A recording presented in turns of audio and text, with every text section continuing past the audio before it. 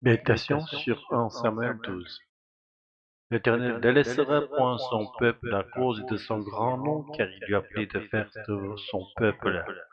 Craignez seulement l'Éternel et servez-le fidèlement de tout votre cœur, car voyez quelle grande chose il a faite pour vous. Et si vous faites le mal, vous périrez, vous et votre roi. Dieu est fidèle à son alliance, il n'abandonne pas ceux qu'il a choisis pour être son peuple. C'est pourquoi il pardonne les fautes passées et ouvre toujours un chemin pour que son peuple puisse revenir à lui. Dans l'Ancien Testament, seul Israël était alors révélé comme le peuple de Dieu, mais avec le Nouveau Testament, il est désormais clair que tous ceux qui croient en Jésus-Christ, quelle que soit leur origine ou leur lignée, sont le peuple de Dieu. Mais lorsque nous regardons l'histoire de l'Ancien Testament, nous voyons que ce peuple naissant selon Abraham et continué par son petit-fils Jacob a commencé en 12 tribus.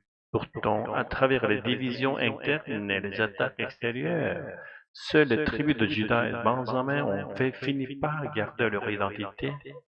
Dieu voulait élargir le champ du salut, mais les hommes n'ont fait que le restreindre.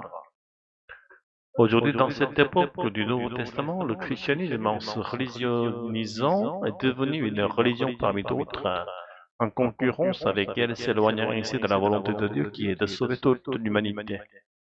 Or, être sauvé par la foi en Jésus-Christ n'a rien à voir avec la religion. Les religions ne devraient être que des canaux permettant à ces saluts de se répandre. Et le paradoxe, c'est qu'elles sont devenues des idoles, tellement l'accès au salut au lieu de l'élargir.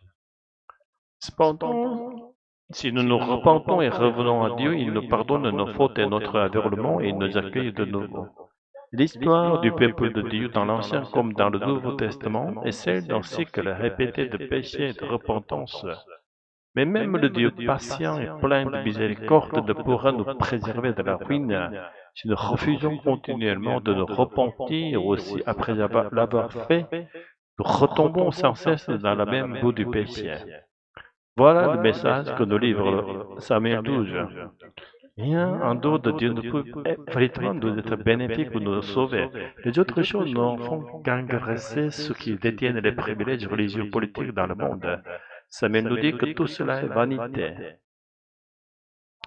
L'Église ne trouve son sens que lorsqu'elle devient un canal du salut de Dieu, si elle devient une idole en soi et si les dirigeants sont vénérés comme des idoles, alors nous pourrons échapper à la destruction.